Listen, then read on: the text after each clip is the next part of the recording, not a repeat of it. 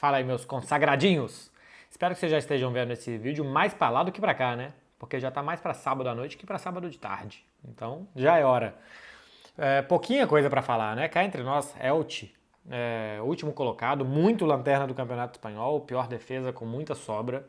Barcelona, entre poupar alguns jogadores, entre ter muitos lesionados e o Rafinha, por exemplo, suspenso, colocou em campo mais ou menos o que dava para colocar, com algum invencionismo do Xavi, né, colocando o Eric Garcia de volante e tal para observar, e acho que serviu até muito pouco para observação. O Elche é tão ruim que o Barcelona, sem jogar bem no primeiro tempo, fez um, Lewandowski perdeu um, Condé perdeu outro, e no segundo tempo deslanchou de fazer gol à medida que o Elche foi se mandando, foi tentando diminuir.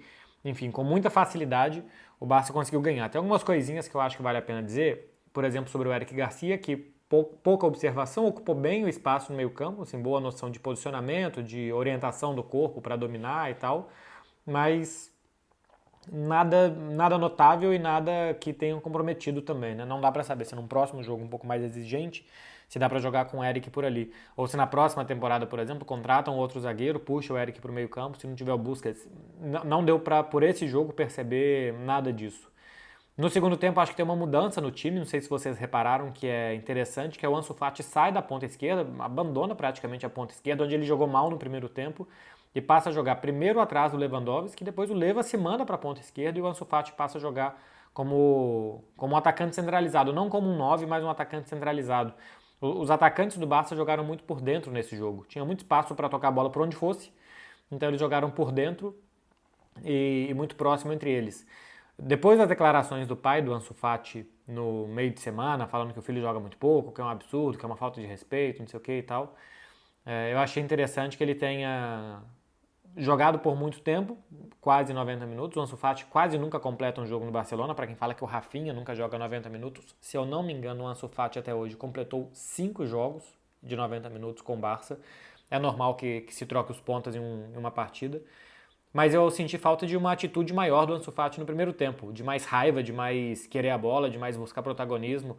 Achei ele muito passivo no jogo, depois de tudo que rodeou ele durante a semana. Ou nada o afetou, ou é um jogador que ainda está faltando um pouco mais de faísca para que as coisas aconteçam. Mas, naturalmente, o Barcelona foi fazendo os gols no segundo tempo, foi até poupando os jogadores.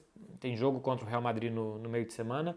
A grande boa notícia do jogo é que o Leva volte a marcar, que perca a pressão, que até Ansu Fati e Ferran também marquem, que vão um pouco mais confiantes para o clássico contra o Real Madrid, porque em algum momento do jogo acho que um ou dois, ou os dois vão ser utilizados, e principalmente que o Ronald Araújo tenha jogado.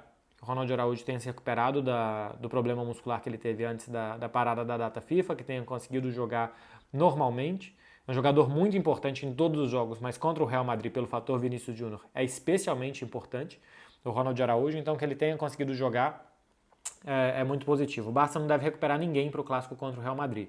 Volta o Rafinha só porque estava suspenso, Frenkie de Jong, Pedri, Christensen e Dembélé, esses quatro, que são 4 titulares, devem continuar fora. O De Jong talvez, eu vi falando que o Barcelona tinha um plano para que ele jogasse o clássico e tal, os outros ou não têm condição ou não vão forçar. Pedri teve recaída, Dembélé está demorando mais do que se previa, machucou no final de janeiro, ficou todo o mês de fevereiro, todo o mês de março já começa a abrir o fora também. Pelo histórico do Dembélé, poderia se demorar um pouco mais, mas eu acho que não tanto mais, está demorando muito para voltar. Mas o jogo contra o Elche serve para isso, para que o Araújo tenha jogado e mostrado que fisicamente está bem, para que Lewandowski desencante, para que os outros dois atacantes também marquem e cheguem um pouco mais confiantes para esse jogo tão importante contra o Real Madrid no meio de semana. E serve, do ponto de vista prático do Campeonato Espanhol, para eliminar mais uma rodada, né? A partir de agora com 12 pontos mais do que o Real Madrid, e agora passando para 15 depois dessa vitória, o Real Madrid joga no domingo contra o Valladolid.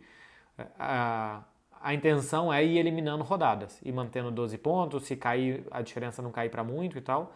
Agora faltam 11 rodadas para terminar o campeonato, imaginando que o Real Madrid ganha do Valladolid, o Barcelona com 12 pontos de vantagem em 11 rodadas, o que a gente vai ter é que se dessas 11 rodadas o Real Madrid ganhar 10, o Barcelona tem que ganhar 6 e empatar 1.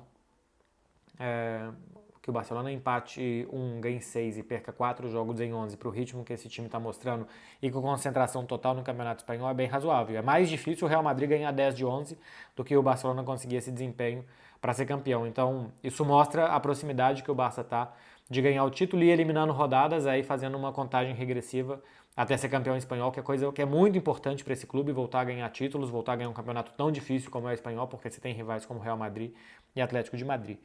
E é só isso. É um jogo sem muita história, sem um grande jogador que tenha desempenhado um papel espetacular. É Araújo bem, os atacantes voltando a marcar e eliminar uma rodada em relação ao Real Madrid. Jogo de quarta, esse sim vale muito mais. 3 vitórias seguidas no Real Madrid. Estatisticamente, ganhar a quarta é muito pouco provável. O Barcelona ainda joga pelo empate para segurar a classificação. E vai ser um jogo muito difícil porque o Real Madrid chega muito mais inteiro do que o Barça. Do último jogo contra o Real Madrid para esse, o Barcelona perde pelo menos o Frenkie de Jong e o Christensen, fora os que já tinham perdido, então vai ser um jogo muito mais difícil. Vou falar sobre isso durante a semana. Segunda-feira tem vídeo de Café com Beckler, que a grande questão é se vai ter café ou não, mas já assisti hoje o jogo do Bayern de Munique, já assisti o jogo do Arsenal, já assisti o jogo do Manchester City. No domingo vou assistir Milan-Napoli, pelo menos vou tentar passar o olho em Paris Saint-Germain e Lyon, mas eu tenho um aniversário de criança, então prioridades. Mas pelo menos desses outros jogos e também do Real Madrid do domingo vou falar alguma coisa. Tá certo? Então, bom sábado para vocês. Não tenham juízo. O recado já tá dado. E se puderem curtir isso aqui, compartilhar, eu também agradeço muito. Um beijo para todo mundo. Bom sábado, bom domingo. Até segunda-feira, meu povo. Valeu!